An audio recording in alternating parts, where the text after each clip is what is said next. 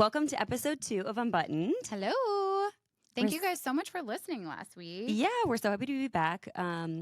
We'll consider it not a total flop. Yeah. We were so happy to hear that you guys enjoyed the episode and found it relatable and maybe a little bit motivating. We're so happy to do that. But I think today we wanted to make it a little more lighthearted because we're just in a funny mood today. And we want to laugh today with you guys. We've had a crazy week and we're like, yes. Okay, now it's time to laugh. Yes. We've had a crazy but very productive week.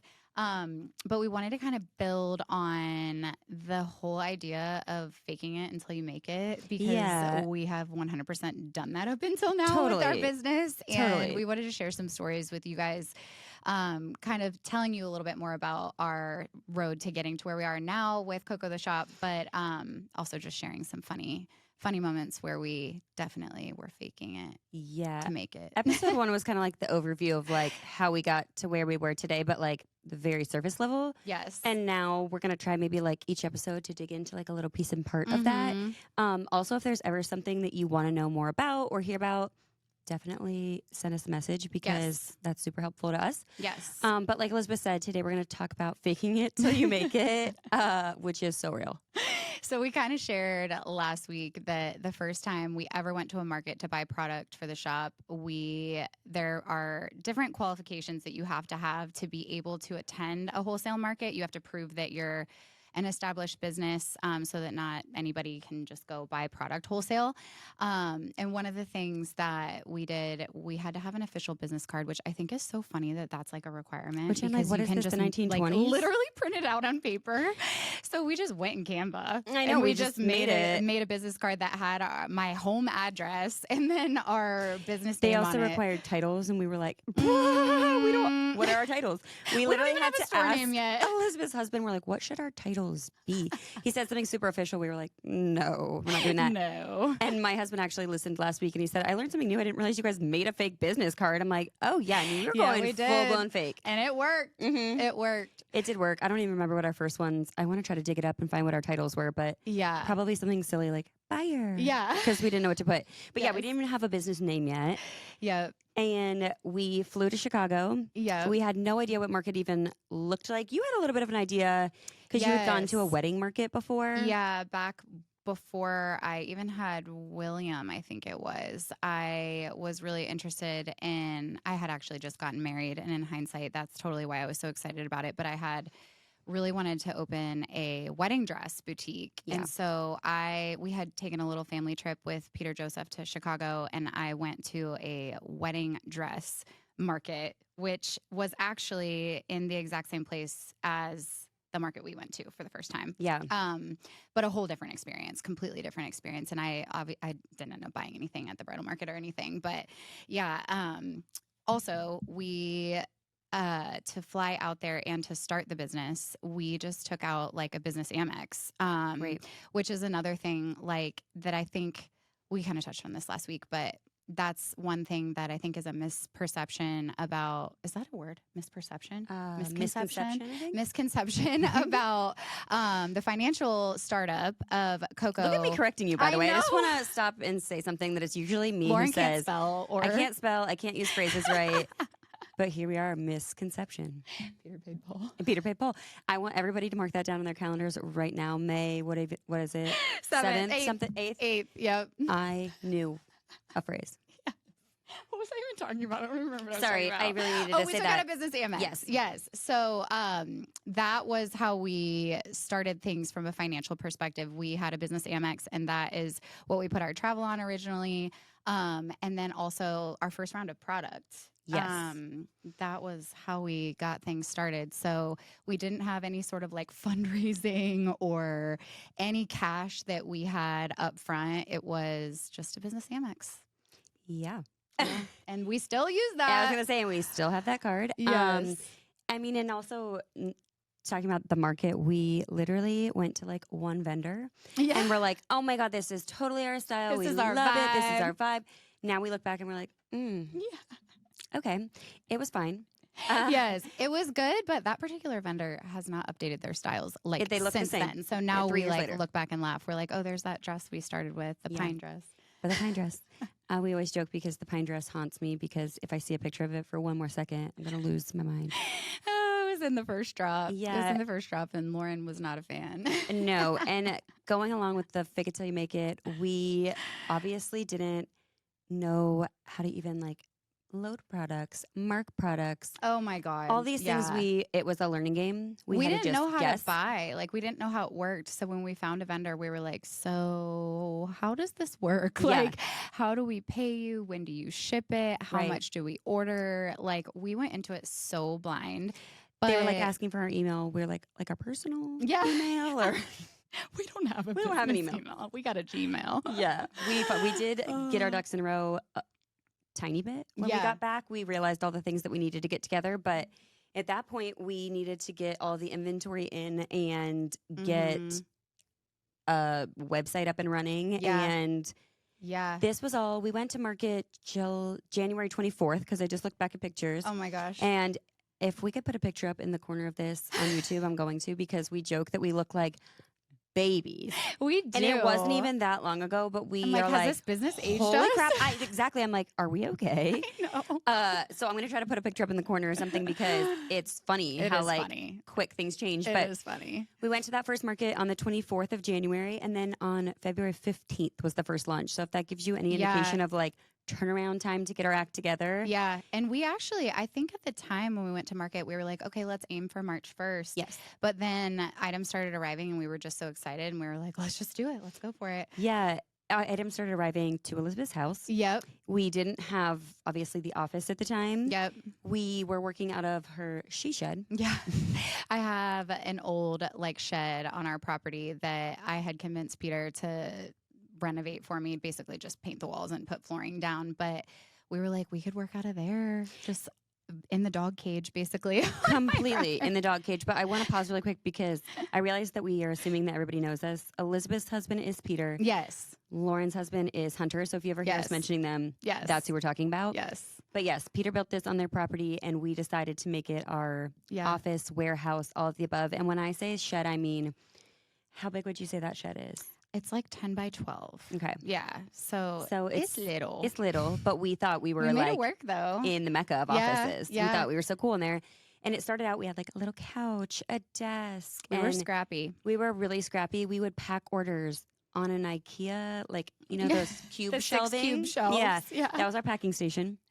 That I brought up from the basement and it was broken. Like It was broken. not It wobbled standing. around and the packages didn't even fit on the top, but we like thought it was so cool. We were so loved excited it. about it. Yeah, honestly, it was great. I Uh, sometimes like get a little teary-eyed when I think about I the shed because I'm like, know. it was so fun because we were so freaking scrappy. I know. We were really scrappy. And I do feel like starting this business rooted in that is like we still are scrappy. Oh, Like, yeah, and yeah. we always will be because that's just how we had to do it in the Mhm. beginning.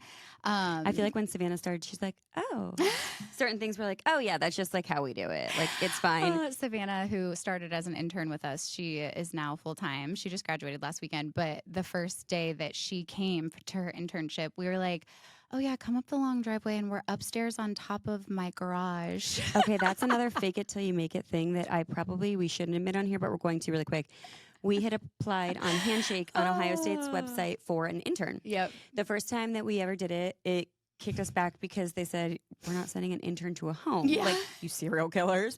They were like, we don't accept businesses that work out of the home. We, Right. we Like, that's don't. a no-no. We can't send our students there. So we messaged in and basically had to tell the woman, like, okay, it is from home, but it's not. We have a building on property that's our office. Yeah, which is true. Which is true, but a little bit of a fake it. Yes. But we got away with it, and that's Yeah. how we got Savannah. Yeah. And the first day that she came, we're like, up the gravel driveway, down to the back shed, and we're like, oh my God, she has to probably be calling her mom being like, I'm this really is kind of nervous. scary. But once she got up those crickety stairs, we had a little agenda for her. We had like well, a little we didn't welcome at first. gift. We said, oh shoot, Yeah. an intern starting tomorrow. Should That's we like true. We moved up there right before that because Yeah, we were like, well, we need to be more legit. the folder we gave her? We're like, shoot, should we like type something up that makes us look more official? We don't even have like anything official. Yes. So we typed up a little binder. I don't even remember what was in the binder, but Yeah. just like a welcome letter, kind of what we do, our motto. But that was put together last minute. Fast forward to now, we just gave her an official offer letter, and Lauren, the night before we were giving it to her, she was like, "Put the logo on the top or something, make it look legit." And she then had it typed out like on Google Docs. I'm like, and that's she fine, but print like it on cardstock. I was like, first of all, put like our business up top. Yeah, and I'm like, print on The cardstock or teacher something. over here. She was just printer paper. And then the best part about it all is we give it to Sav. We're so excited. It's in a folder. It's on cardstock. So we have official. our emblem or whatever it's called, logo. And Sav brings it back a few days later, and she's like, I just signed really big at the bottom. There was no line to sign. We didn't even have a signature line. The whole last paragraph is like, please sign this, and owner will sign as well. And then it just says sincerely. And there's no, so she just signed it big on the So bottom. she just signed it big on the bottom. And We we're were like, oh laughing my so gosh, hard. just We're like, another. Right when we thought we put that logo on there, printed on a cardstock, We thought we were so and we were official. And then that humbled us real quick. So we're Yes, like, it who do did. we think we are being official? Once again, we're real scrappy. Yes. But we started in the shed. Yeah. And then when we had Savannah start with us, we had, backtrack. Tracy started with us before Savannah did. But Tracy, when she started with us at first, was working from home. Yep. So at the time, we didn't need to make more office space because she would pop in here and there. Hi, Tracy. But she wasn't. Tracy's behind us as we're talking about her. We didn't have to get as scrappy because we're like, okay, she works from home. No big deal. She comes, she gets like the stuff, and we all kind of knew our place. Then fast forward, and we decided to have Tracy in office more and kind of switch roles. Mm-hmm. And we still just kind of made do. We kept saying, she's going to quit. Like, we're putting her over in this shed. We have no space. She's such like a organized person, and she's so legit. She is still here today. She's standing right back and here we were like shoving her into a shed with bees, and she's allergic to bees. Do you remember when she was like, oh my God, I don't know if I can work by these bees. We got a bee trap. There was a massive bee's nest right outside the shed for a while. There was also a colony of cats that we started naming. I mean, it got weird. But so Tracy started, she got scrappy with us, and she was fine. And then, like I said, we got the intern, and we told Elizabeth's husband that we needed to take over the barn. Yes. Because we didn't have room. We just had room for inventory. And we had to look legit because Ohio State was sending her, and they already said that we couldn't work from the home. Yeah, we couldn't have them coming for us. So we moved from a shed to a barn because apparently that was more legit in the moment. And this barn was upstairs, the part that we were allowed to go without air conditioning. So we had to buy an air conditioner that ended up that's leaking. what I was going to say. Downstairs is Peter's like tool shed, and he told us that if we touch it, we're dead to him. So we were like, all right, well, we'll go upstairs then. Fine, we're not going to touch your tools. Yes. Although we did send him a picture on top of his tool bench just to piss him off. Yeah. And then we went upstairs. There was no air conditioning. It was hotter than sin. Oh my God. So we had Elizabeth's dad come and install an air conditioner in the wall, and ended up leaking everywhere through the floor, through the ceiling of Peter's barn. It's just so freaking funny to look back on. We called Elizabeth's dad really quick. Day. We're like, come help us before Peter notices. He wasn't even mad at us, but we flooded the barn. In the shed, it started out like so cute. It had like a couch and like a desk, and it was like this cute little she shed. And as we grew, we just had to keep making room for more inventory.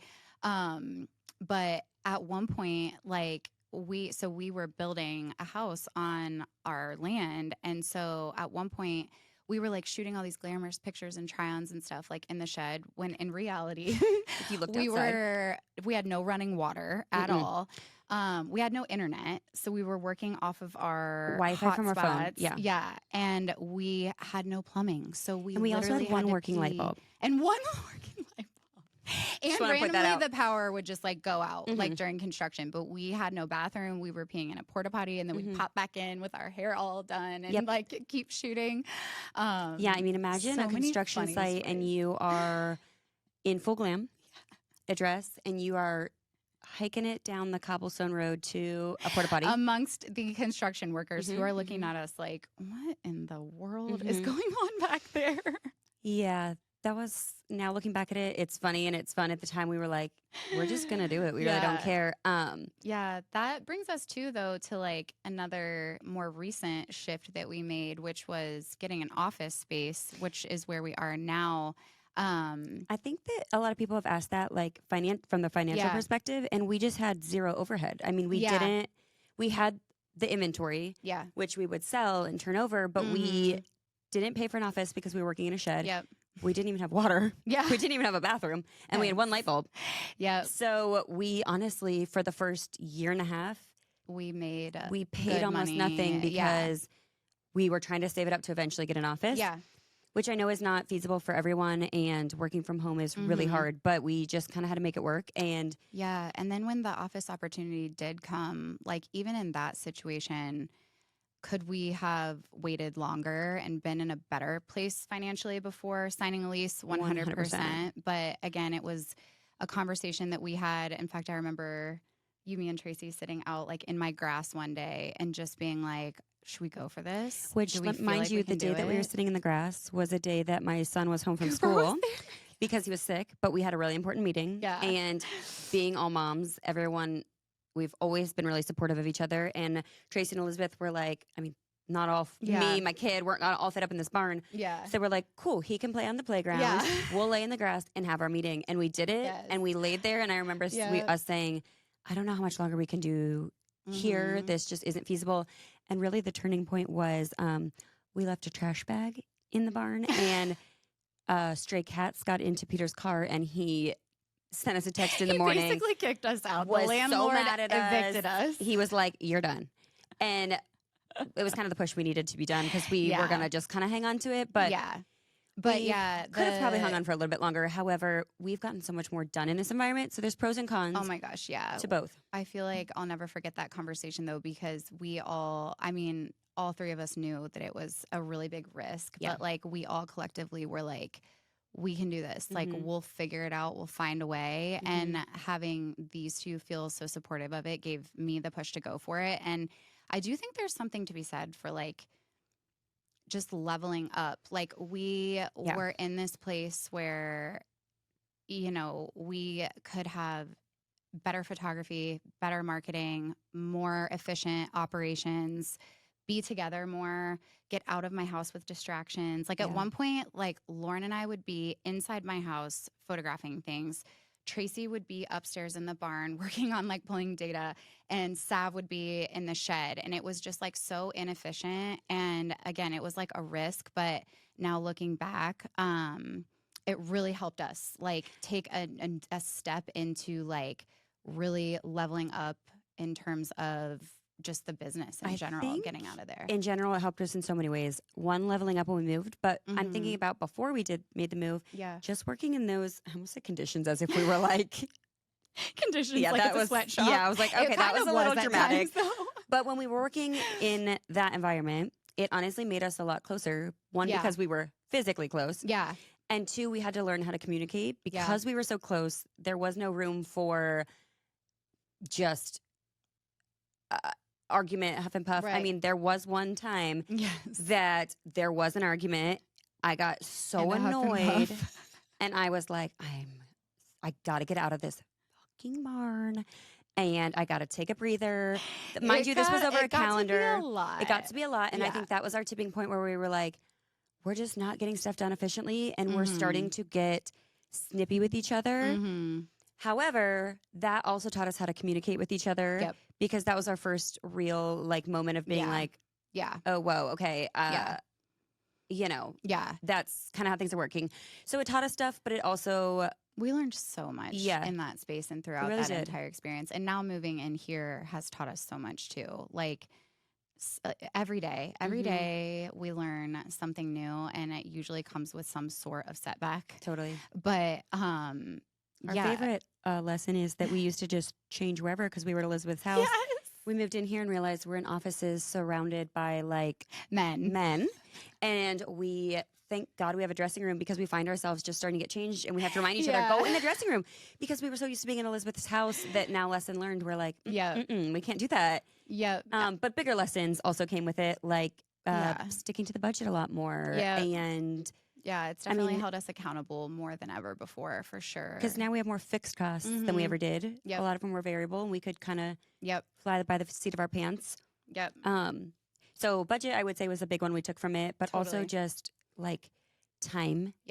And blocking out time. Literally systems, like logistical systems within the business, because now we have a warehouse and we have more of a tight budget, and we've had to like really get serious about cutting costs where we can and making things more efficient. And it's crazy the leaps and bounds that we've made over the past like since like the fall of last year when we started to consider an office, because it forced us to be like. It did. And if you guys only knew how many times we've changed our systems. Yes. It's every week. wild because things just start evolving and we realize different ways to make it better. Mm-hmm. And we laughed because when Savannah started, she's like, oh my God, I probably messed that up. And we were like, we mess up every girl, day. please mess up because it's the only way that we've learned things. And we mess up every single day. Case in point, back again to fake it till you make it. We were actually at market when this happened, but we had a restock on our best like butter soft joggers. They've always sold amazing. They really are amazing. We like had hyped them up so much. They were getting ready to launch that night, and I literally don't even know how I didn't catch this, but I put them up when they launched for $0. $0. My neighbor caught it. Like 5 people bought them for $0. We always joke that my neighbor Delaney is our catch because she catches things in 5 seconds. We're always like, oh, we're going to get a text from Delaney on that one. Yeah. And we love it. But thank you, Delaney. Yes, thank you, Delaney. Another fake it till you make it is the first time we ever got cuff earrings. I was mailing out 2 pairs of earrings. And then it was one cuff. We were looking for them later, and too. she's like, "Where are the cuffs?" I'm like, "Oh, I mailed them." She's like, "Everybody gets one." I'm like, "Oh my God!" So if you were one of those lucky ones that got 2 cuffs, you're welcome. You got a free item. Honestly, thanks for being patient with us. Yeah, and that's like not even touching the surface of the things we've done. I mean, we learn something every day. Yeah, another funny thing to think back on when once my house was done, Lauren and I started doing our try-ons in my bedroom. And, to you guys, it probably just looked like a white wall and a tree. But like we had to every single week move my bedroom furniture fully rearrange the room, and then bring all the clothes in from the shed. They were a tornado in my bedroom afterwards. And my husband used to get so annoyed because he'd come home from work and be like, what happened in here? He would send us a group chat and say, please clean up your shit. Lauren used to like hide the mannequin like in my bed, like when we would go on a trip, so that my husband, if I was ever doing a try on by myself, I'd put Pam or Peg on Peter's side of the bed, and we'd like leave the funny notes. We would leave like little funny things to see if he'd catch. Needless to say, he's pretty excited we have an office now. Yes. He likes to joke with us, he was a good landlord, but I'm glad he's not the landlord anymore. I told him, I'm like, I'm really done with you being my landlord, and I gotta go. He was always on us about the trash. Always. I mean, let's be clear, it is his home. Yeah. But we just love to give him a hard time about being the landlord because we used to joke, we're like, we want a different landlord. He's like, go get one then. And now we have one. Now we have one, and he's great. But so that was a fun little bit we had to play. We used to, at the end of the day, be like, all right, let's just clean up a little bit so Peter's not mad at us. Oh my God, yeah. Now honestly, it's so nice here because when we have a day like that, we can just figure it out in the morning, like clean it up in the morning. Right. And if you follow us on TikTok, Sav put up a TikTok one time of a try-on day and what it really looks like in here. It's straight tornado. Oh my gosh. And there have been occasions we've just left it. Yeah. We always clean it up the next day, but it just gets to be so cumbersome. And we, if you haven't noticed, are all in this office a little ADD, ADHD. Yeah. And we're bopping from idea to idea. Oh, yeah. That's a whole other episode we can go into. Oh my gosh, yeah. Oh, I just realized I'm not wearing shoes. Talk about ADHD. Oh my God. Okay. So in between all of this, we actually had to move out of our house, our current house, to a condo because they tore our house down while they were building. So Lauren and I were still, all of our inventory was still in the shed, but my house wasn't there anymore. And we were in a condo in Bridge Park, and it's so funny. For those of you who are not local, it's about 10 minutes ish away. It's like down the road. It's like a little downtown area. Like restaurants and... Yeah. So during that time, we would have to, every time we do a try-on, we'd have to go up and down the elevator that took a code to change. You had to have a key card. And obviously I didn't live there. So every time she had to come down and key card me in, or I had to put in the code. Yes. And to open the elevator on each floor. Yeah, you so had to enter every time it was up and down. And then a couple times we had my son, Peter, who was like 8 at the time, with the Canon camera taking photos of us in the middle of Bridge Park. Yeah. It was so He was really into it at first. Yeah. And then after a couple of times we dragged him down, he was like, okay. Yes. But he honestly did a really good job. And we kept joking. We're like, he took some of our best pictures. He did. And it's so funny to think about now because we do all of our photos like here in front of a backdrop. But at that time, we were just going random places in public trying to get good photography. I mean, it was so embarrassing. Again, scrappy. We didn't have a consistent place with good lighting. So we would truly go next to buildings, go in parking garages, and we would take our photos. And it was fun now looking back on it. It was quite the experience. But because we were in a public place, we couldn't just change. So between every outfit, we had to key in, go all the way upstairs, change, key in, walk down the road, find a new spot to shoot in. I'll never forget one time it was like a dress drop, remember? And I we know did it exactly like with the early cherry in the dress. morning on like a Monday. Yes. And we had these like high stiletto heels on and these tiny little fancy dresses, like walking around Bridge Park. And people were just like, Dangly what? earrings. With this 8-year-old taking photos. Right, while they're like getting their morning coffee for a work day. And we're like, oh my God, what must people think of us? That was probably our first indicator. Well, long before that, but another reminder of us to, it doesn't really matter what people are going to say about you. Totally. Like I see people all the time and I'm like, yeah. The best is when we go somewhere on a weekday and I'm like, what are these people doing here? And then I'm thinking, I'm here. It's the same thing. Yes. Like you're always wondering what other people are doing, but it's so true. It's so true. I also have a vivid memory of doing a shoot at the State House downtown, and I was by myself because I can't remember what you had going on, but I just took a tripod. And that one was really embarrassing too because there were like these middle school field trips that were like walking by. And I remember one of the kids made a comment about like me being a TikToker or something. She called me and said, oh my God, this middle schooler just said, this girl's over here TikToking. I was like, excuse me. No, I'm not. And she carried on. She moved to a different spot and continued on with her photos. I sure did. I was like, you think I'm a TikToker? I'm cooler than that, okay? Yeah. Yeah. That was... When in reality, I am basically a TikToker. Yeah, except I'll send her TikTok videos and she doesn't... I actually don't really do TikTok. I don't ever make a TikTok. I love to scroll it though. I was like that with Vine back in the day, if anyone remembers that. Like, oh, I do kind of remember I love Vine. a good video streaming, probably because I'm ADD and can just scroll forever. And I need to just delete it. But here we are talking about TikTok ADD. I know. See, this is what's going to happen on here. Anyways, it is. faking it till you make it. It's important sometimes to fake it. And we're not talking about like not being true to yourself. Yeah. I was going to say, I feel like we should clarify because I don't mean be fake of yourself because you're going to get nowhere if you're not really you. Yep. People are going to see right through that. More so the idea of just like jumping in like before you have everything figured out. Like, yeah, fake it till you make it with sometimes decisions. Yes. You're going to make wrong ones. You're going to make right ones and you're going to figure it out no matter what. Again, as long as you stay true to yourself, you trust each other. Yep. In another episode, we're going to kind of talk about like how we built our relationship and our friendship business. Because we weren't like, we didn't know each other at first. So we built a friendship and a business relationship. And then not only us with friendships, but kind of talking about how we had to build a community and make connections with people. Network. I learned so many new faces, new people within the past few years who have been amazing and like amazing women to learn from. Not only just women, just amazing people to learn from. Yep. And pick their brains. Totally. I feel like that's we such a met big with part about so many amazing people who were willing to give us guidance and like open doors for us. Totally. And we'll do a whole episode on that too. But that kind of comes back to what we're talking about too. Yeah. I feel like there were some times when we were going to meet with somebody and I was like, I am not like legit enough to be like talking about any of these topics with this person. But it's like, you most likely have some sort of value to add to the conversation and taking those opportunities. Yeah. And I mean, you just never know what doors can open when you do network and just, again, take the leap. Well, in the whole first year, every conversation I'd say to Elizabeth, okay, you do the talking. I'm just going to listen. But mainly, I was kind of trying to learn. I mean, she had been in this realm before and I hadn't. And I just kind of wanted to sit back and soak it all in.